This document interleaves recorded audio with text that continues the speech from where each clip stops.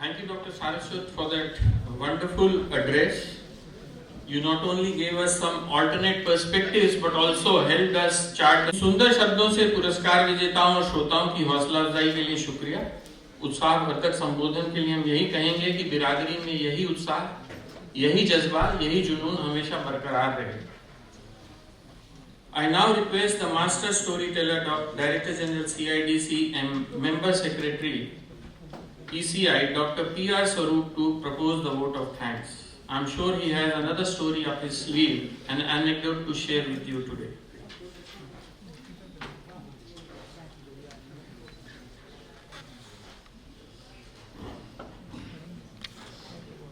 Thank you, Ashutosh. You have been very kind, giving all kind of expertise to me. Thank you so much. I welcome the dignitaries on the dais, Dr. Saraswat, Dr. Kirit Parikh, and Dr. Kohli, of course, my chairman, and then the two awardees, Dr. Chaudhary and Dr. Lely. It's a pleasure having all of you. Thank you so much for coming in. And all the wonderful people who are sitting here. It is very nice to look at some of the persons who we have been interacting with for past almost 15, 17 or 20 odd years and see that we are still around and talking about it. Ashutosh spoke about my telling a story. I think I was very intently listening to Dr. Saraswat, and all I can say that let us give a very big hand to Dr. Saraswat.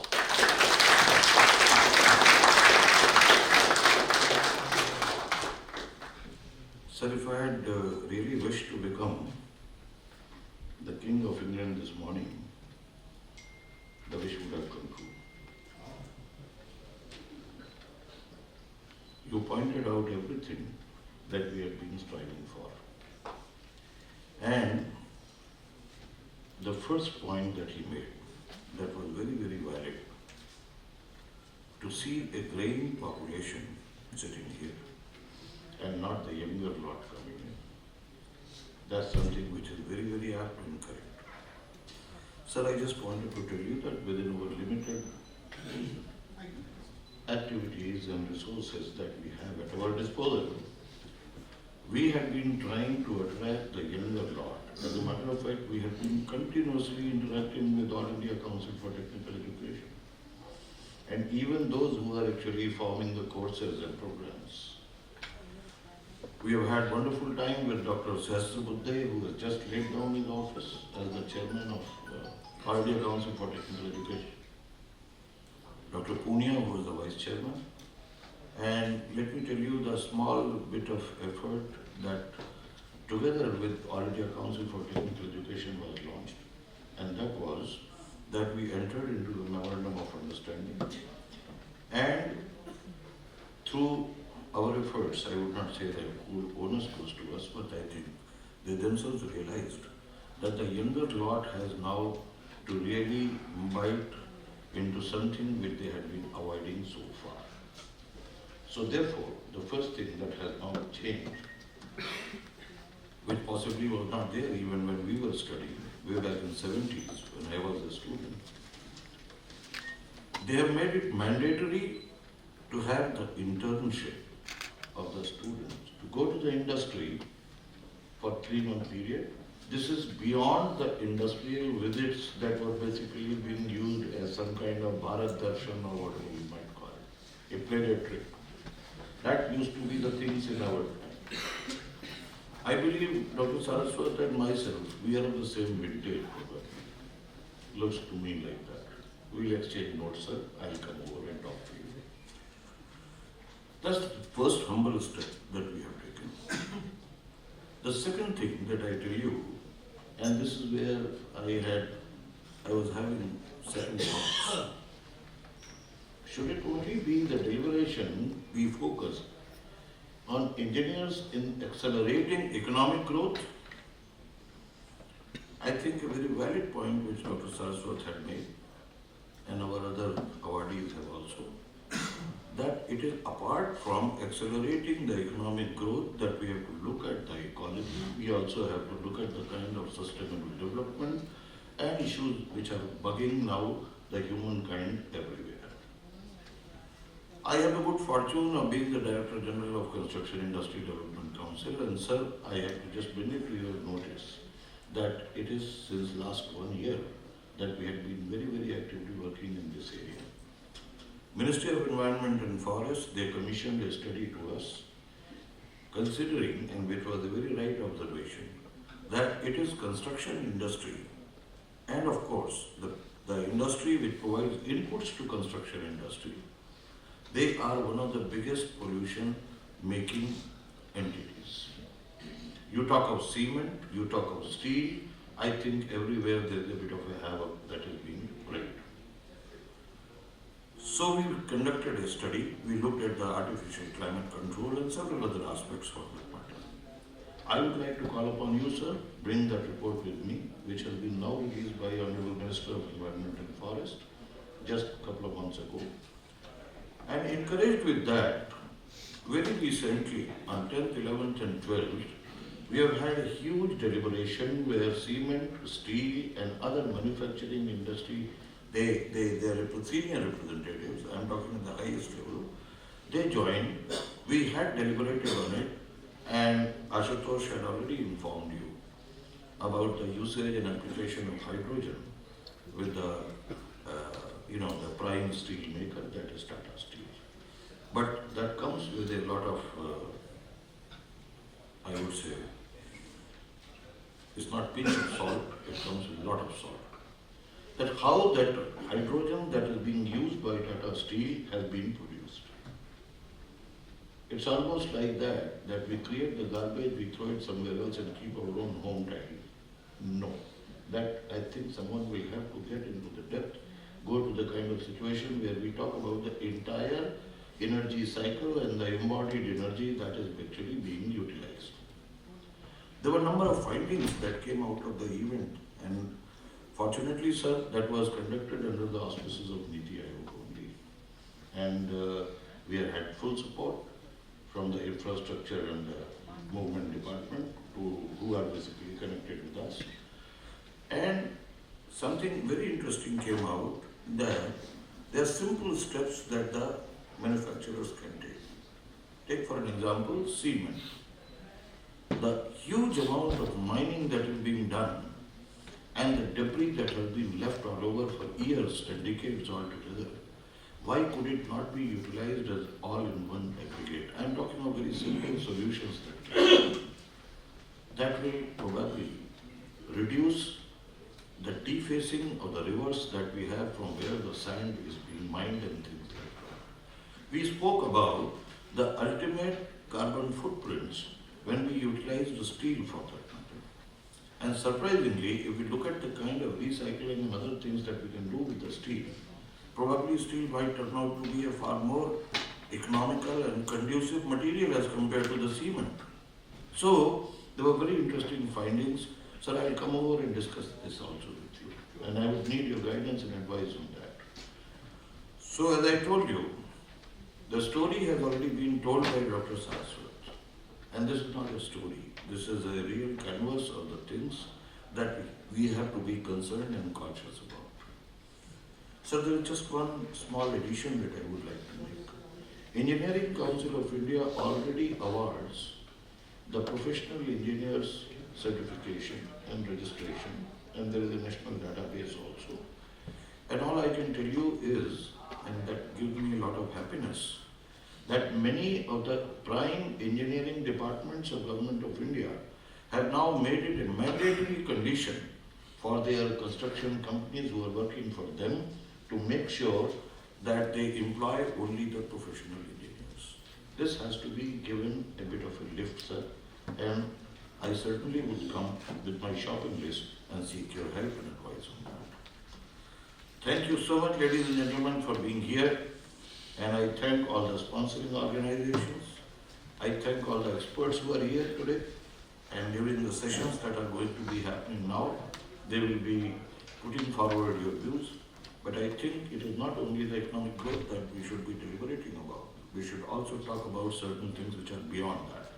And especially the models to make sure that they are implemented. Because if they are not implemented, then basically it is just a theoretical discussion and that is not something that we would be very happy about. So let us give our best. Thank you so much for coming here. I thank my staff members who work very hard to make sure that everything goes properly. If there are any flaws that we have, bonus goes to me. Blame me, not my staff members. Thank you so much. You did all wonderful work. With that, sir, all I can say, so long, not goodbye. We will be meeting again and again. Jai Hind. Thank you.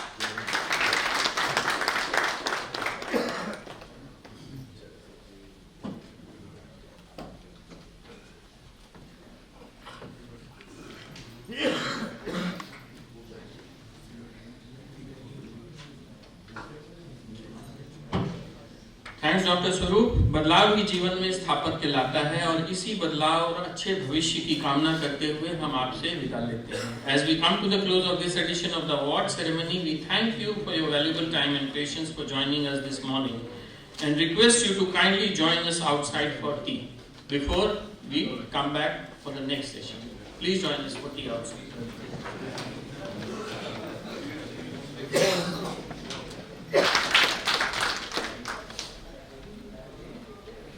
Mr. Saxena has spent 37 years in industry, out of which nearly 31 years with EIL in design and engineering fields. He has worked in almost all fields of design and engineering, ranging from process design, equipment design, and engineering. He has been instrumental in development of various new equipment and technology development. He is currently heading the equipment division besides process design of offshore platforms and captive power plants. I give the session to you, sir.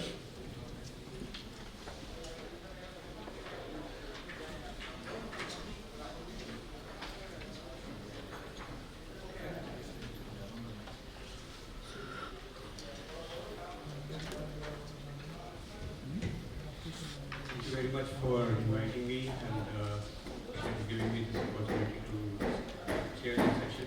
I first invite the guest speakers. I invite Mr. Ajit Kumar Mishra.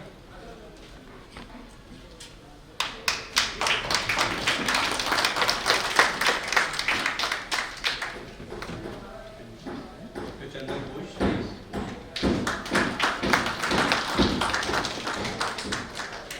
And Dr. Rakesh Kumar.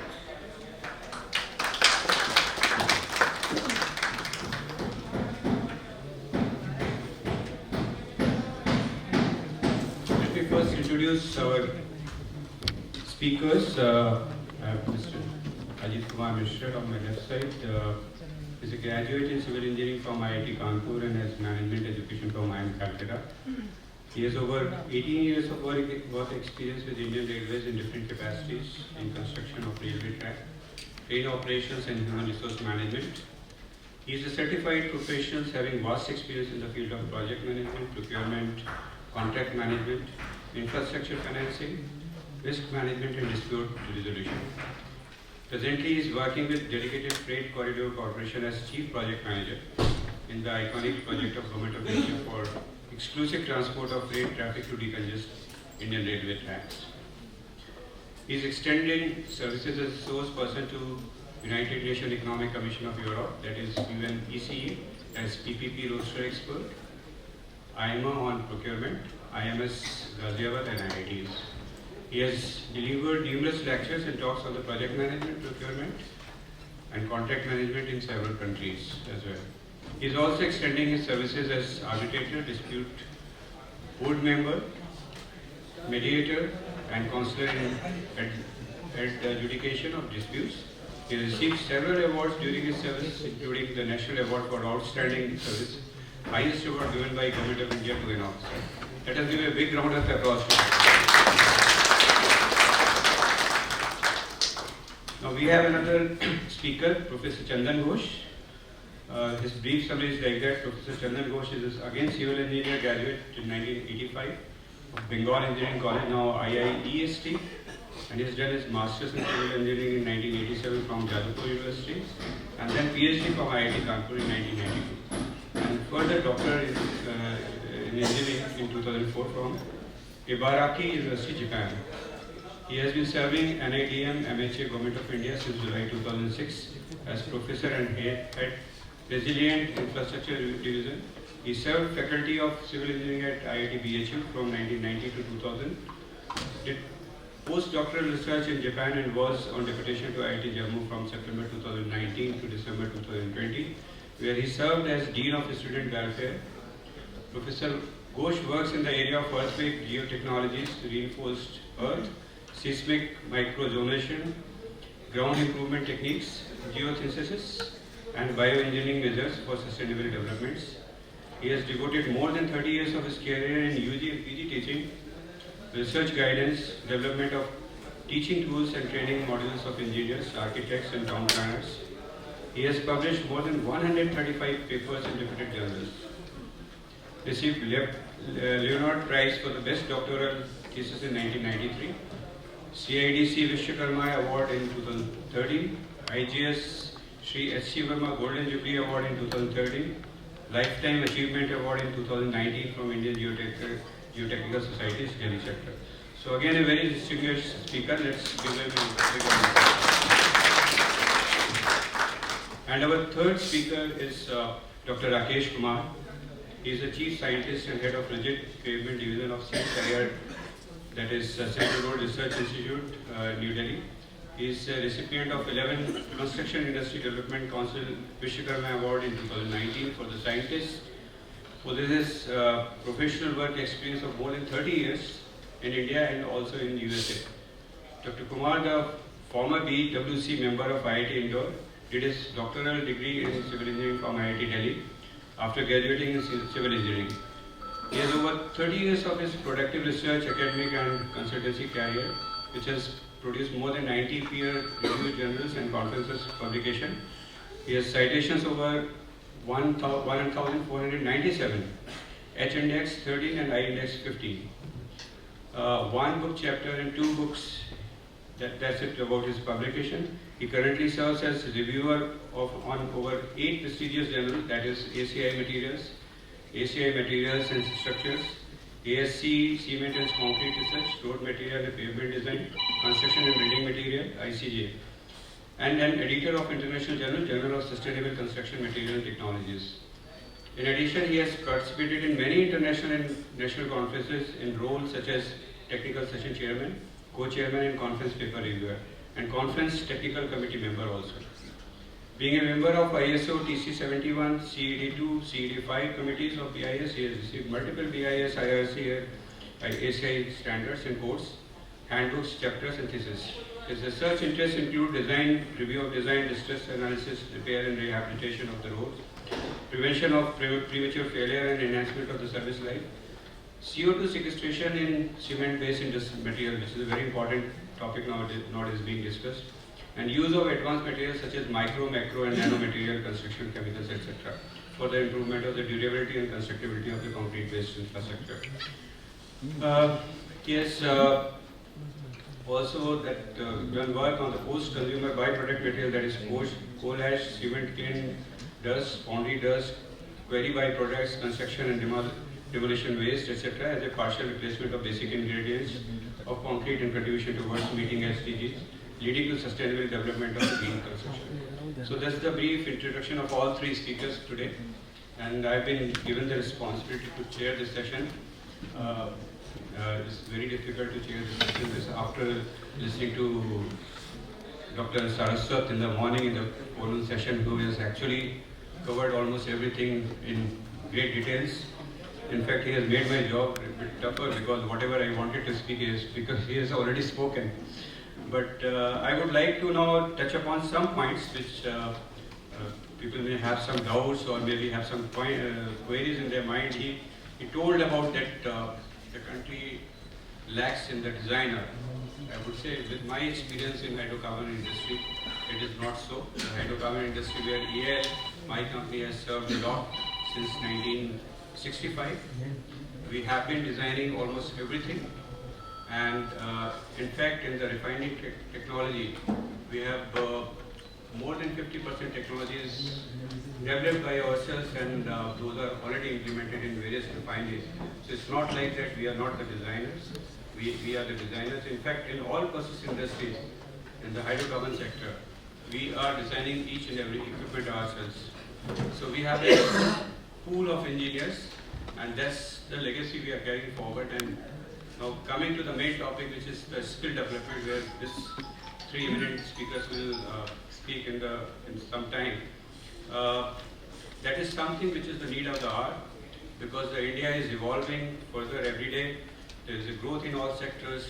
The IT is playing major role in all sectors, not only in their own niche area, but also in the other manufacturing sector. So there is a great need to really develop those skills, which are the fast-changing requirement. And starting from the students who come out from the colleges, where they have to have the first experience of industry and to learn the techniques which are adopted in the industry. So that's the first roadblock we have to face, and we have to train them to make them suitable to work on the projects. That's the first thing, and then upskilling of the engineers, and then giving the multi-skill sets to our own engineers so that they can perform in the multiple roles. So there are major challenges. I think the 3 speakers are going to touch upon that.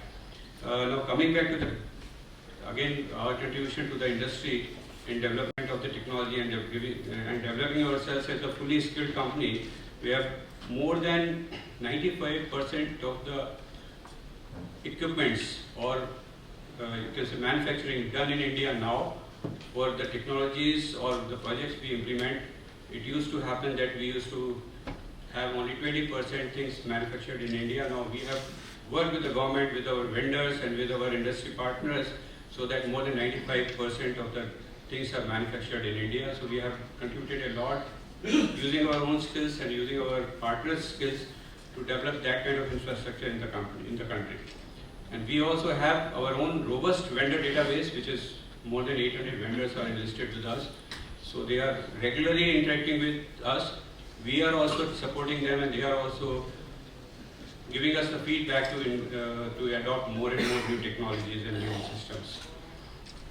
So I will not take much time. I have been also told that time is short. I think morning session was a bit lengthy. So now I will invite first speaker, Shri Ajit Kumar Mishra ji, to give his lecture on this.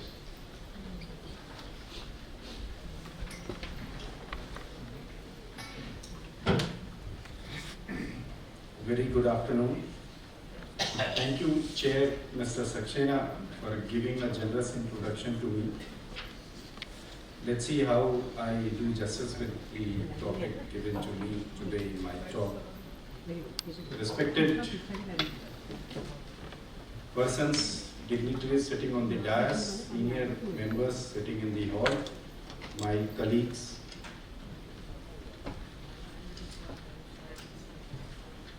The topic of this entire session is the role of engineers in economic growth.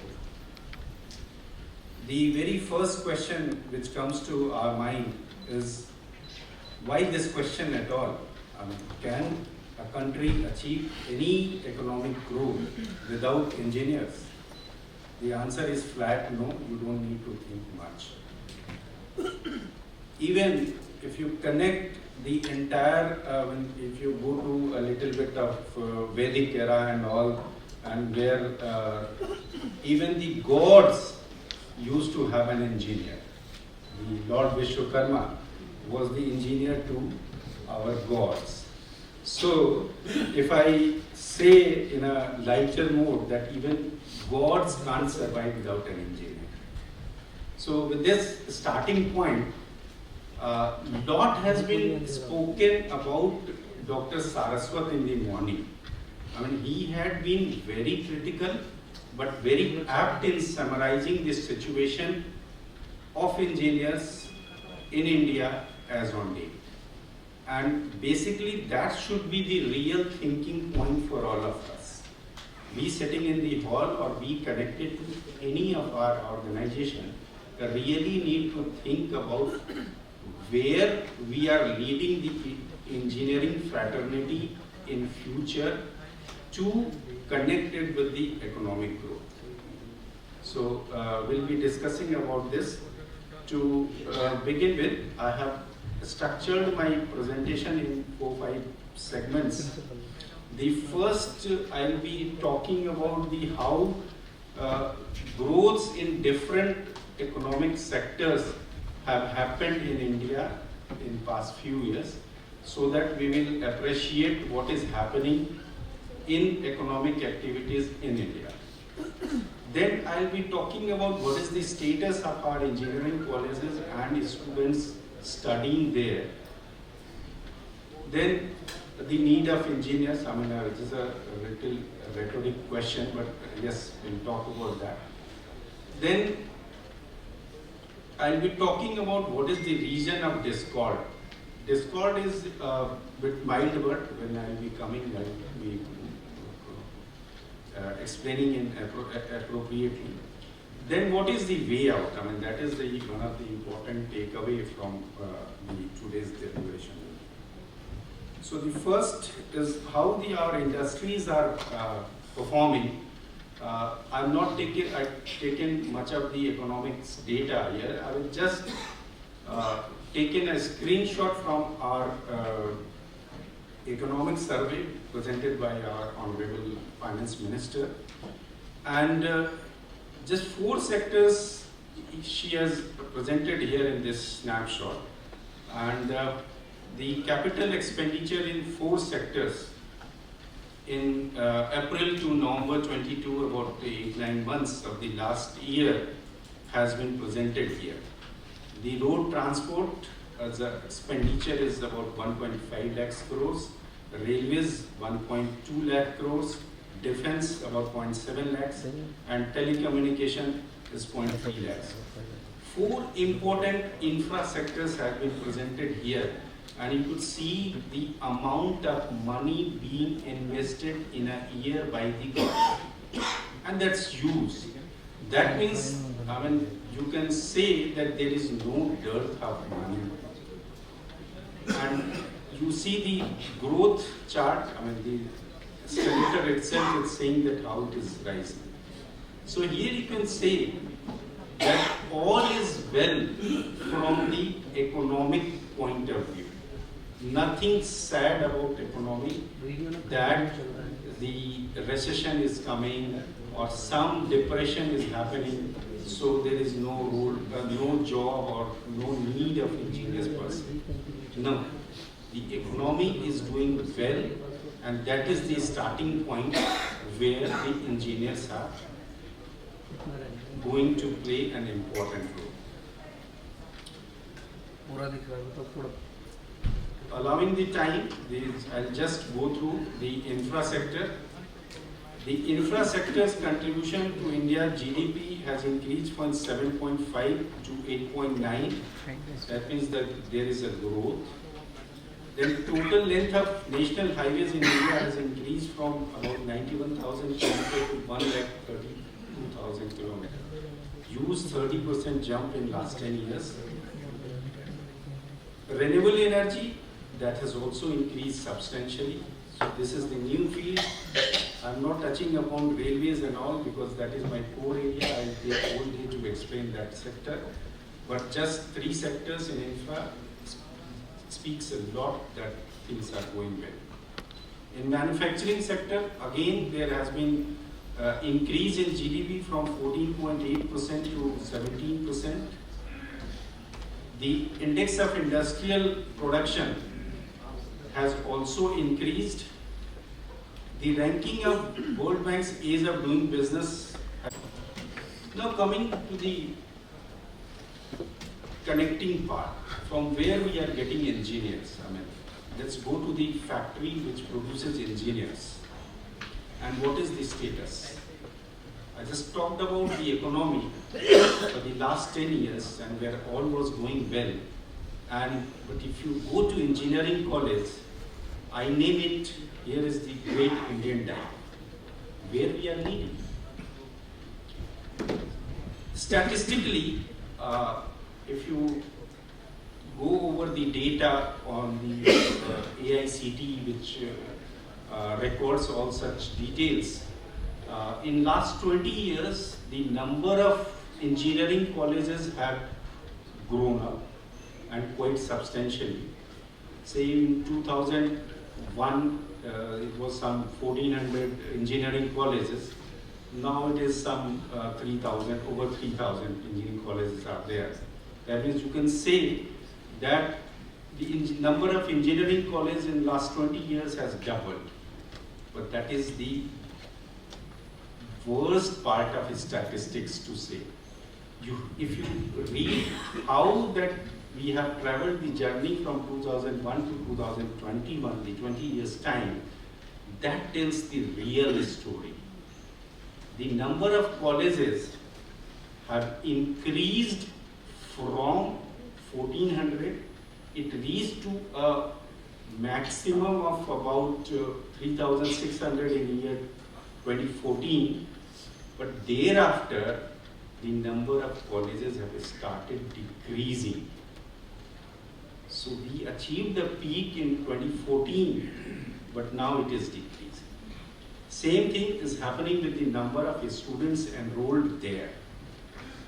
The number of students have peaked in around 2010, and now it has decreased to close to 15 lakhs. Why it is so? I mean, that's really things to ponder.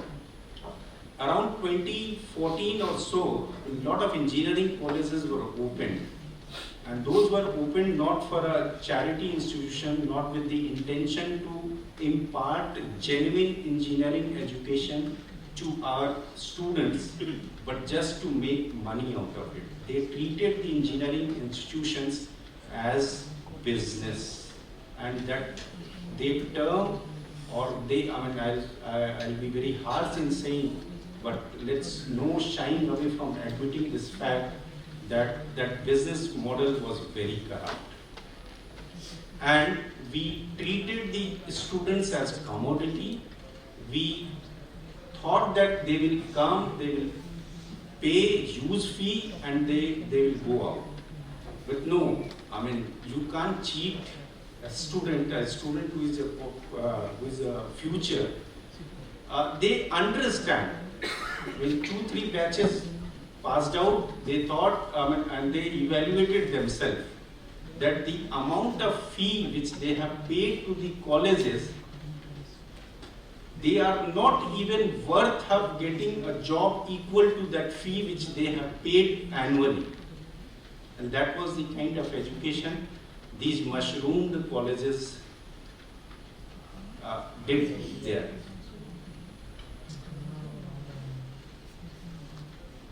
But that's the story. When we still have over 3,000 colleges, we still have 15 lakhs engineering students. Even if we teach them good engineering, we get them good connect with industry, I think that will be good enough to support our economy. I mean, that's part is another research area. But focusing on the topic today is the whether we need more or not. And definitely the answer is yes. But again, we don't need more numbers. We need the numbers who are properly trained, not only during their education in engineering colleges, but when they come out and they go to industry, there also they should be properly hand-holded and trained to do the real engineering and technical work. The another sad part is that more and more students are opting for IT rather than going into the core engineering. I mean, they feel, or there is a general notion among in this society that these IT, AI, and whatever so many new names they have come up, are really the brain behind the entire technical or engineering fraternity, or if they want to be an engineer, they are opting for computer science, IT, AI, ML, things like that. They may be right in saying or concluding that the IT and computer science, AI, ML is the soul or atma of the entire thing, entire engineering fraternity. But to have your soul or your brain, first you need your body. The body should be alive. And that core engineering is actually the body of entire engineering fraternity. So you can't shy away with studying core engineering subjects. You also cannot leave aside or keep aloof the IT and the new branches of engineering. Both has to coexist, both have to exist in symbiotic manner, but a lot of emphasis has to be given still on the core engineering subjects, which is lacking. You take any engineering colleges, any engineering college, go through the number of seats in different disciplines, you will find the computer science, 7 different courses, 300 seats, civil engineering, 30 seats. But to build your own computers or whatever, any IT gadget, you need a facility which is being created by civil engineers, mechanical engineers and electrical engineers. So you can't leave those core engineering branches in isolation.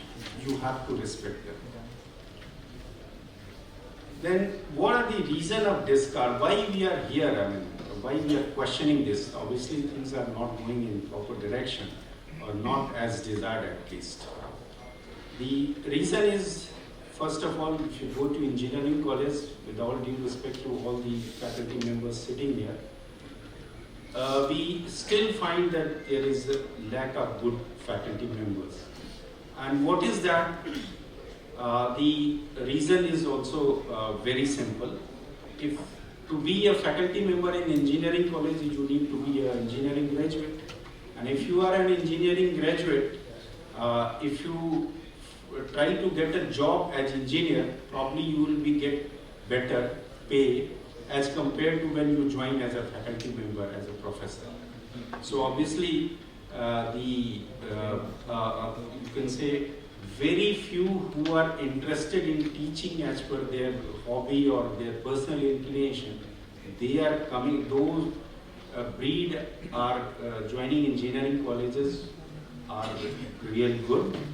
But those who are the second one in the industry in competition, if they are joining the colleges, I must admit that they are a bit not doing justice with the assignment they have taken. The another one is we are again having lacking infrastructure, good laboratory and training facilities. There are colleges who don't do any kind of practical, they don't impart any practical training to any of the semester, in any of the semester. They just pass their students without doing anything. Then there is a disconnect between industry and academia. The colleges, when they approach industry for imparting summer training or some kind of internship, the industry, they treat them as some kind of, the free labor to do their, the part assignment. I think that disconnect needs to be addressed properly. Industry has to make an allowance for that, to educate young students, and a part of their, their business expenditure should be spent on training and apprentices. Though those students who are doing apprentice or training may not join that organization, but at least the students who get training in one particular organization will definitely help that student and the country in indirect way in making a good engineer. The curriculum is very rigid. The new courses and curricula though focus on emerging technology and skill development, but the core engineering branches are still lacking that kind of modification in curriculum. The education, I talked about the quality of education. I mean, if you are not studying well in your college, you will remain, you can say, handicapped throughout your career. If you have not done your foundation courses well, it will hamper you throughout your career. The availability of alternative options, I mean, if a student is there in 12th class, he has to opt for a career. Now he is choosing so many other available options. A few decades back, student was not having much of the option. They have to either choose engineering or medical, and then those leftovers will choose humanities and something like this. Nowadays, so many other good options are available. So a student is definitely choosing those good options, and the engineering here is failing to showcase that kind of brightness in to attract good students. The dropout rate is also high. You will find many students dropping out, especially after first year or so, when they come to the hard reality of an engineering college. So, a lot of sad things, bad things. So, but what's the way out? It's not that bad. It's very simple. We have been doing it.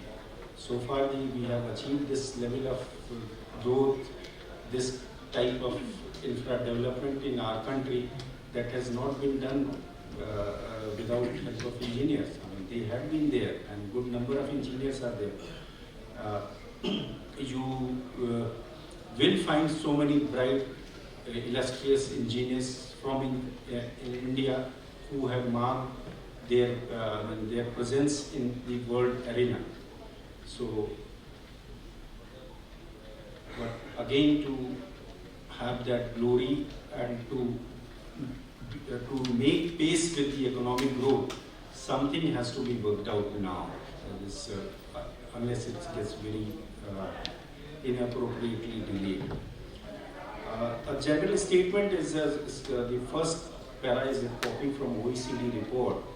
The countries that have succeeded in linking skill development to gain in productivity, employment and deployment have targeted skill development policies towards three main objectives. And those are the matching supply to current demand for skill. I mean, yes, the economic growth is you can say, a sinusoidal curve. Sometimes you will have very high growth, then the recession comes, then again growth starts. So during those, I mean, obviously you cannot have a continuous increase, say, the number of engineering students or so. It has to match with the economic growth of the country. And that's what the good countries, I mean, good economies, I'm not saying country, good economies are doing this. When there is a demand, they foresee that and they prepare their population according to that. If there is change in some kind of technology, they upskill the existing their technical force to the new technical sets. So these things are happening and we need to pace with that. The another aspect is the helping your engineers and enterprises to adjust to the changes, obviously, to the changing economic scenario, and building and sustaining competencies for future market needs.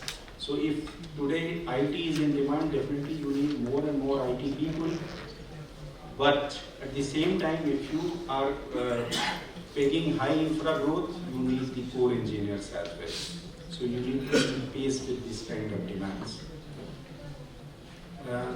Dr. Saraswat has already said that a database, and the ECI is already doing this. They have already the system of chartered engineers in their place.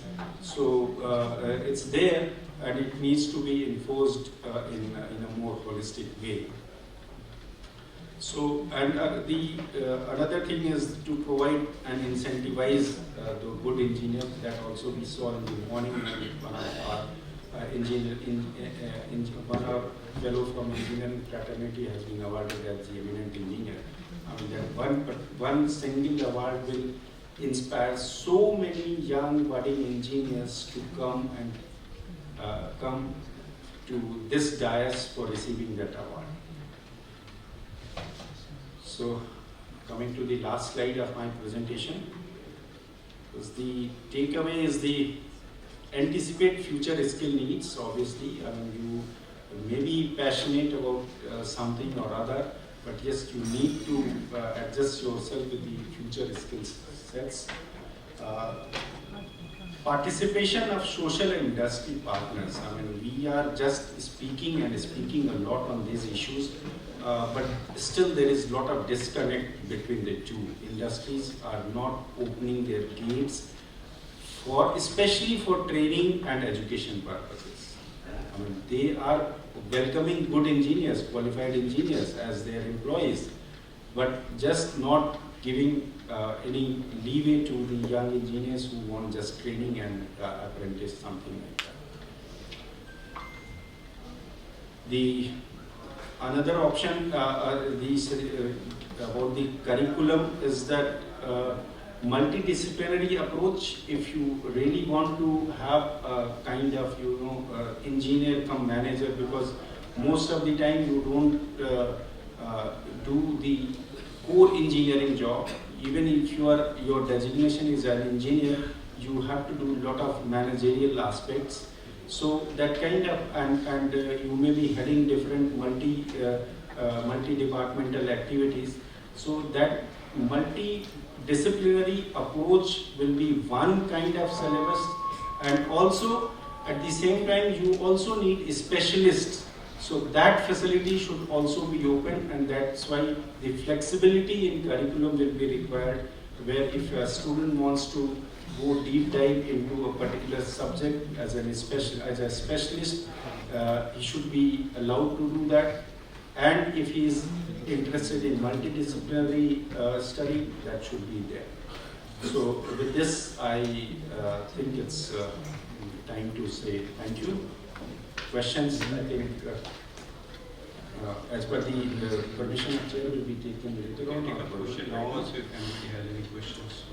One last thing is that all the disclaimer is important to read out, that information presented here are based on published sources I have cited above, and the opinions expressed are solely my own, and it's and do not express the views or opinion of my employer. Thank you very much.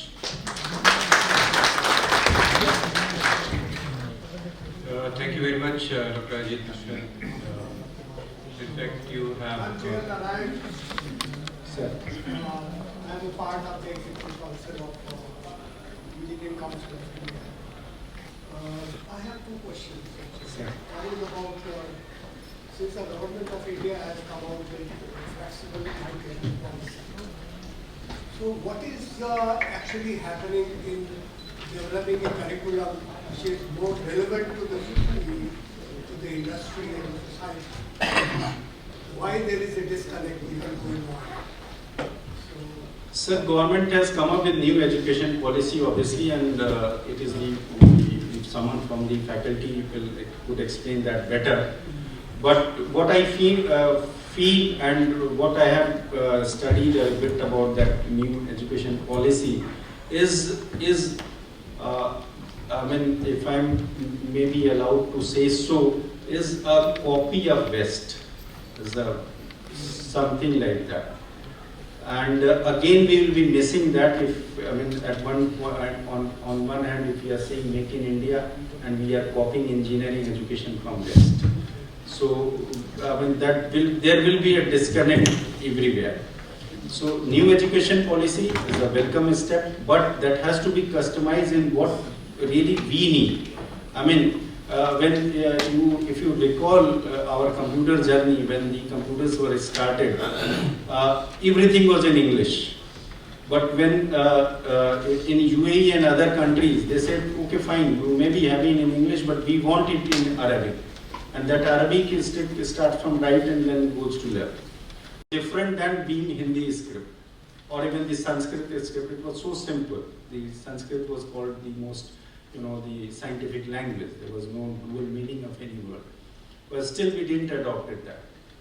So coming from that, unless we incorporate those education policy in what is required here, I mean, again, if you are copying that Macaulay, which they did in early 19th century, we are again, if you are in the name of new education policy, we are copying from the West and Western universities. We will be producing the engineers who will go to US only, they will not work in India. Things like that will happen. So I hope you are pointing towards this only. Yeah. Sir. This question may I ask you? Yeah. I think engineering mind is generated from the school level also. Yes. I think there is some lagging nowadays, previous from 10 to 15 years. Because we are observing that the quota type modeling are generated. Earlier, the schooling level, it was science. Science was such type of science where students automatically generated to IIT levels and other engineering levels. But right now, it is a quota model. I think there is a gap. Yes, there is. I mean, my daughter just passed out 12th class and she was appearing for engineering entrance exam. And when I was going through her 12th textbooks, physics, chemistry and maths, and there were a lot of books, so many books, yellow, highlighted, red fonts, big fonts, boxes. That book will give you, that's very eye-catching. And I was wondering if that book had been in my generation, was my IIT rank would have been better? But probably, on the hindsight, I thought, no, that was all distractions. The book, the plain, simple Resnick Halliday book was so crucial and so important that we were reading every line of that book. The same thing was happening with the professors. They were brainstorming with each and every problems. So that the problem and the solution both were coming from the student is nowadays is missing. And again, the quota factory is rightly termed in one of the web series, is probably the guilt of the parents. I will not blame the students. Every parent wants their child to go to IITs or some good medical college. You assess your child's interest. We are talking about the engineers. That doesn't mean you go home and start encouraging your student, your child to become an engineer. If he doesn't have interest for engineering, you don't force him to go into it. That's as simple as it. Sorry, I'm encroaching this guys to say so. But yes, that's one of the good things. Otherwise, you will not get good engineers. A disinterested person cannot be a good engineer. This is actually a very highly debatable topic. I think we can talk about this. Because we all have seen this. So I want to thank Dr. Mishra for giving a very interesting. Can I ask a question, sir? Sir, if you can wait, that is better because we are falling short of time now. We'll first listen to all the speakers and then we can take a question at a later date. So now I invite the next speaker, Dr. Chandan Ghosh, to give his presentation. Thank you, Mr. Chairman, and also giving me a platform like this to Engineering Council of India. Now, I passed out in 1985 and going through many of the institutions and other things, and how much engineering that I practice these days, it is more on socialization of the engineering things, especially in the area of disaster management. In fact, the topic, of course, it is just only, I would like to highlight over here, with limited time, the grading of infrastructure. Because we have got all theory that we have read and many infrastructures coming up. We have been adding 1 or 2% extra every year. There are a lot of statistics are available. But what about the health of infrastructure? Like our health, we can say 70 years or 75 years or 100 years we can maintain, have a lot of checks and go to the clinics and get health insurance cards and other things. But that aspect is to be taken care of by us, which other countries have taken more than 3-4 decades back. So I want to give a comparison that what kind of inspection that before anything happens that we have to keep in, even though we do everything in the design and all formula that which we have learned and all specifications that we have been taught and being applied, and see that what is the performance of those things. So those aspects I want to highlight only through some pictures. Sorry to interrupt. Yeah. And then, paucity of time, please. Yeah. 15 minutes. Yeah. So this is an earthquake happened in Assam, Sonitpur. So after earthquake, 70 kilometers it has traveled. Then in Guwahati city, a building has got. But what kind of formula that we can, or software simulation that we can do that a building, an earthquake of this magnitude happened at that area, which we know about magnitude, energy, and we also measure also this. But what kind of formula that we can transform into saying that a building that prepared by us, made by us, and following all codes and everything, it will crack in this manner, then we will be able to say that this is the kind of simulation that we can do. It is not possible. Because it will not command any of the formula or any of the equations or mechanics that we know or in that way. But what we also look at that, when earthquake happens, say from Himalaya where it is coming, and it is coming from the rock, Shivalik and all this area to Delhi, or many other places, even sometimes it goes up to even 300 kilometers generally from the epicenter, we take it as a damage zone. But the kind of impact that where, it is just animation, that GIF image that which is showing that when it is it changes the rock to soil, to even the area that where water is there or silt is there, that what kind of changes in amplitude and energy that it generates. It is hardly that understood by any kind of mathematical modeling. And it is impossible, just impossible to take care of the effect of waves that which travel 50-60 kilometers to different strata, and then making it that actually simulate it in the laboratory or in any of the theory or any kind of equation in DeepMind, that if you put this equation, it is not going to solve us or give us any of the practical aspects of impact of these waves that traveling through the various strata, that and what kind of impact that it is going to give to the foundation, through the foundation to the superstructure. So that way I would say that a thing was there, this was there, temple-like structure. And before 26 January 2001 earthquake, and it is crashed like this. Later on, we realized that this column that which is transferring the heavy load from the top or the connections that they are weak.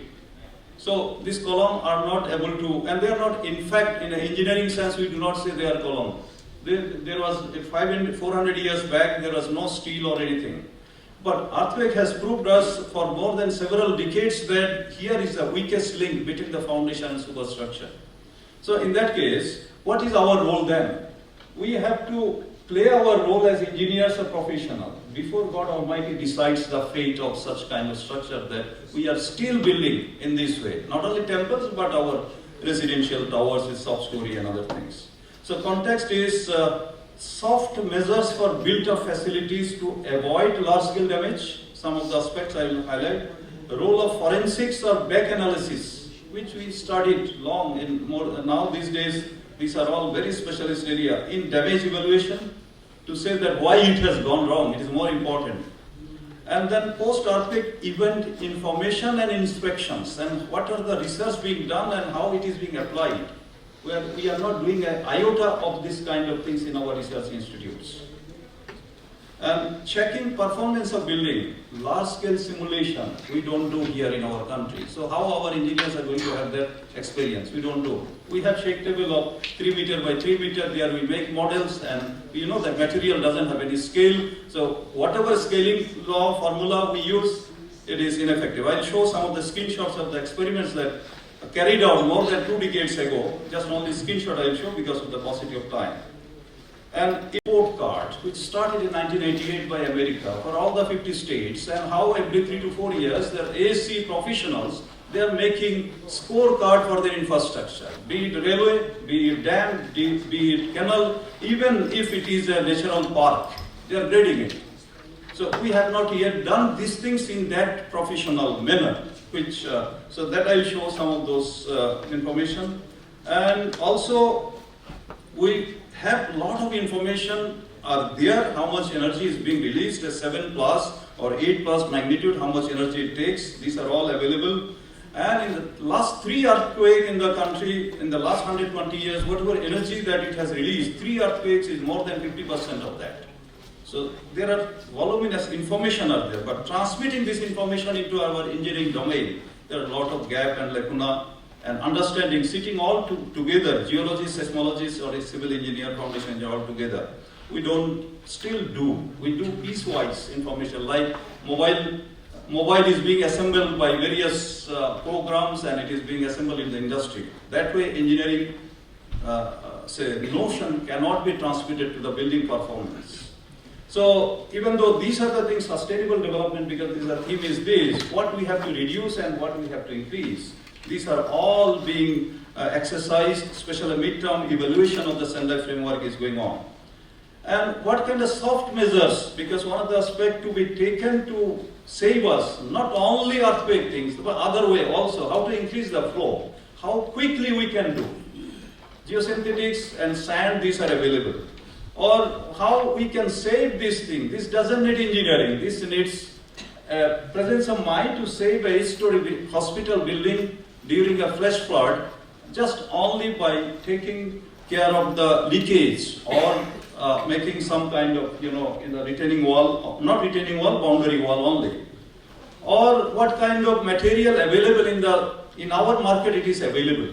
So when water, we can stop it 2-3 feet, even 6-7 meter height of water can be arrested by people that wherever we are, where this kind of materials are available, they have to be connected quickly when we get to know that water is coming to our area, or even saving the localities or facilities in this manner.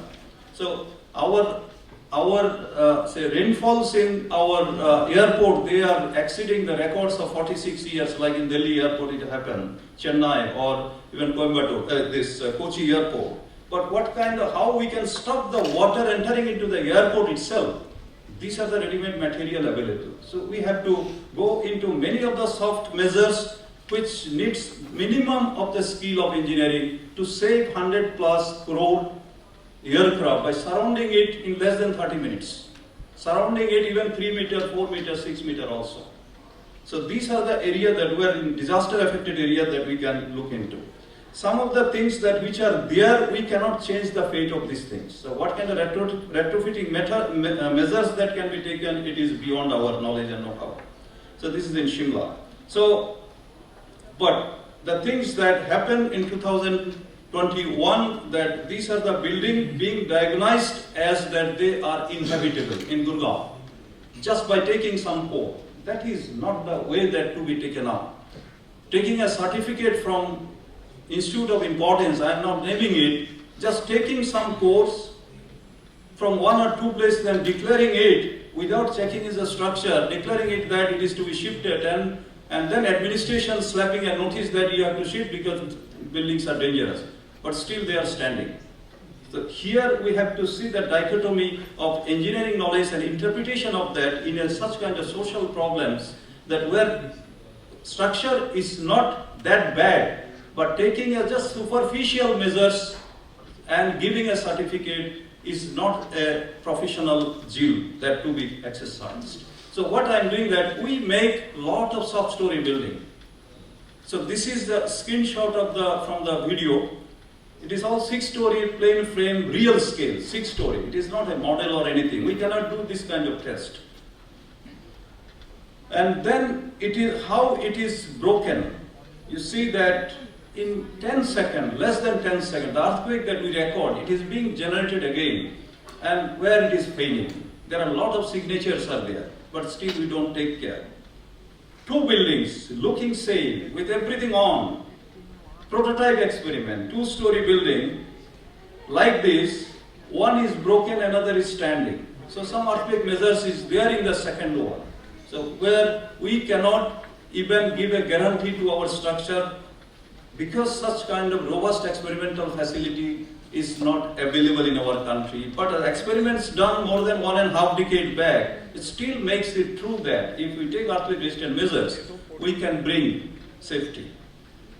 And we have 1962 onward, there are IS, there are codes are there, and we make such kind, in the left side where I have made the red color, when it is being shaken with an earthquake, whatever, say Bhuj earthquake or any earthquake that we are recording, that can be regenerated. And that can be controlled also.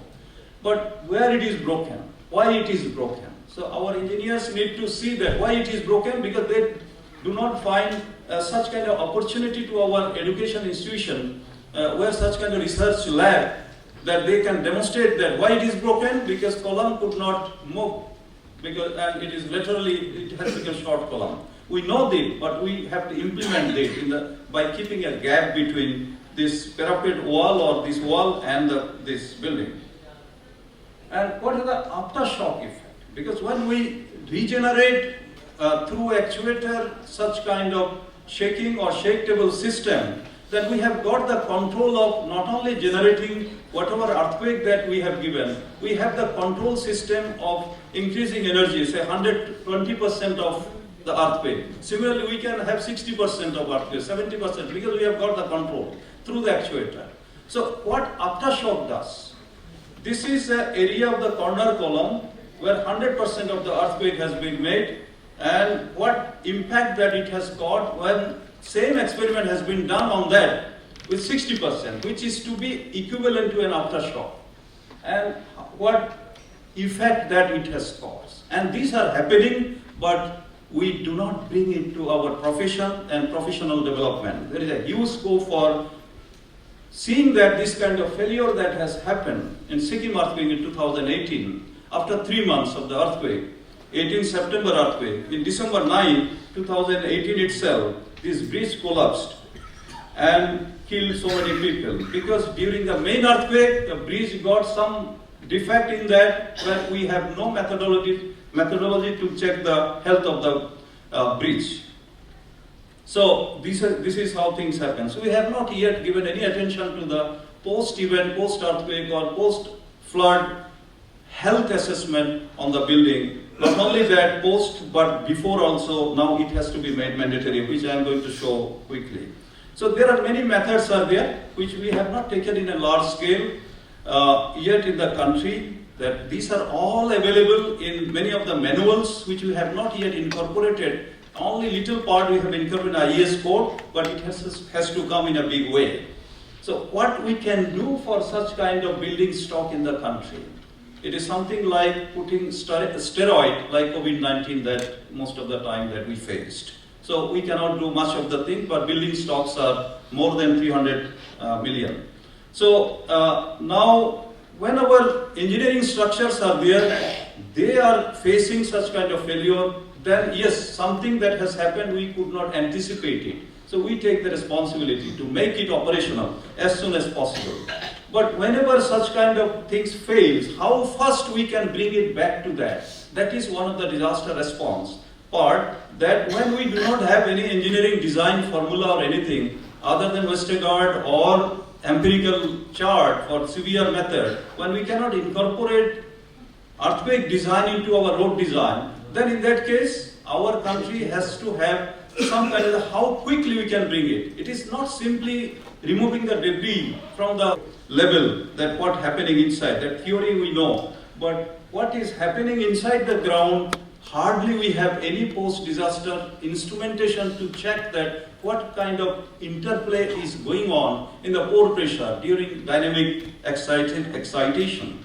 So, and things happen, and not only that, post-earthquake there are many things happen. You can see through this what are the cascading effect, which we hardly take in our design. Multi-disaster or cascading effect thing we don't take.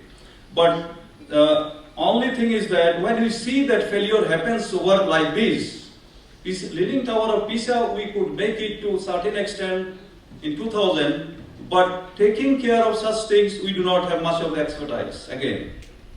Like, again, the building stock or anything that which is existing now, how an earthquake has taken it to this phenomena, this way, or something like in this manner, we do not have enough expertise in this area, which is to be encouraged now.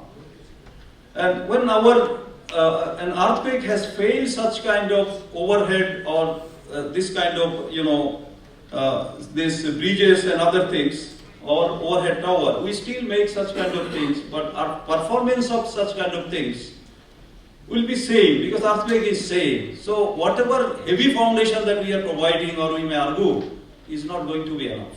That we have to look at, because we do not have the understood the performance yet. Only fighting in the court that when that word will be included. That is not the thing. It is that whether that word will be included in the code or not, that is secondary thing. First thing is whether we are familiar with such kind of event and their after effect on our structure. When we make such kind of things, we sometimes make such kind of false, notation column is there. So health checkup of the building has to be looked at during construction itself. Otherwise, they are going to reveal in this manner. This we know. And when a failure made,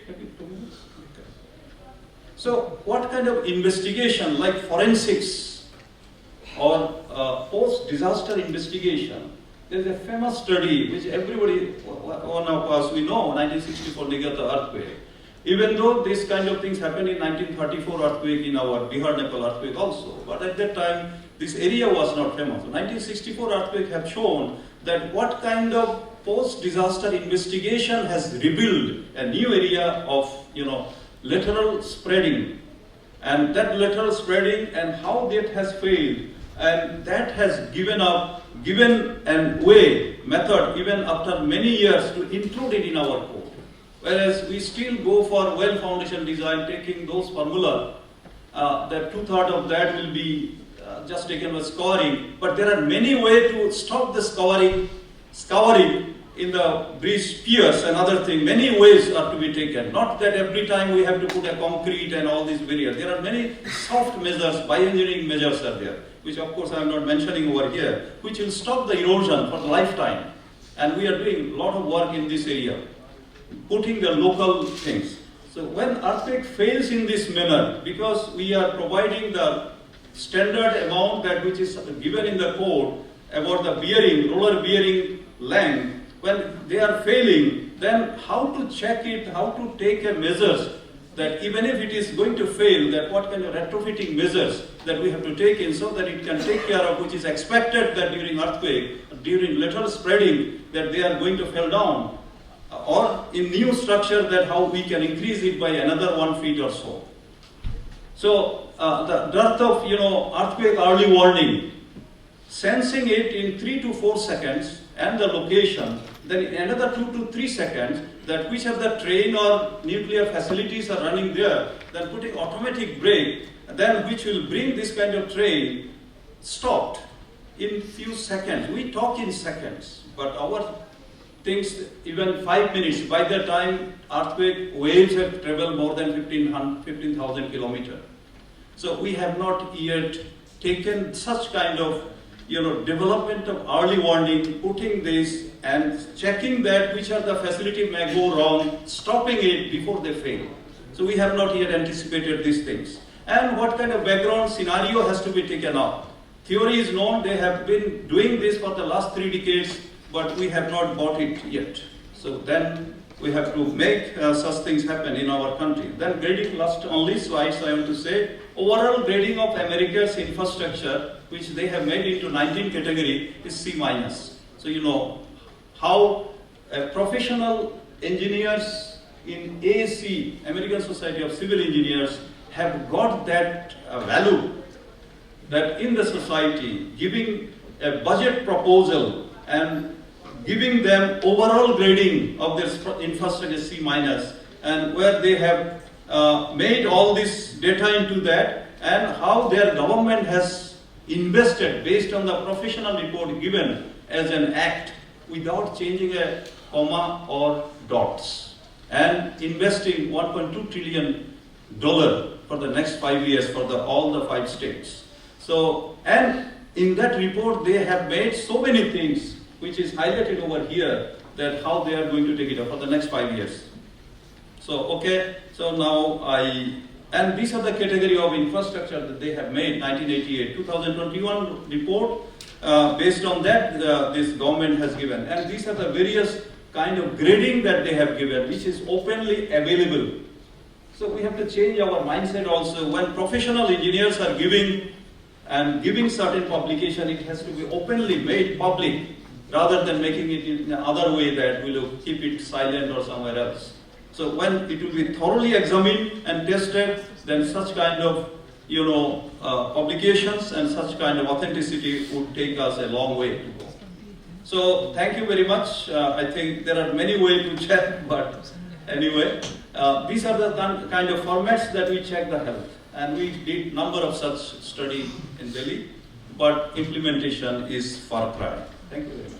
Thank you, Dr. Pawar. Actually, sorry, we will not be able to take up any questions now. We can take up the questions during the lunch time when we have little time left after the session.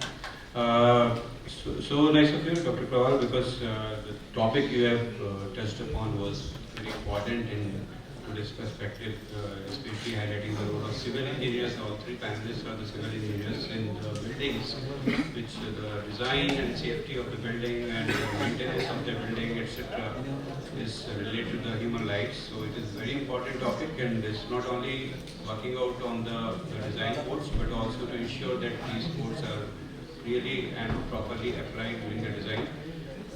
Apart from that design part, the maintenance part and inspection part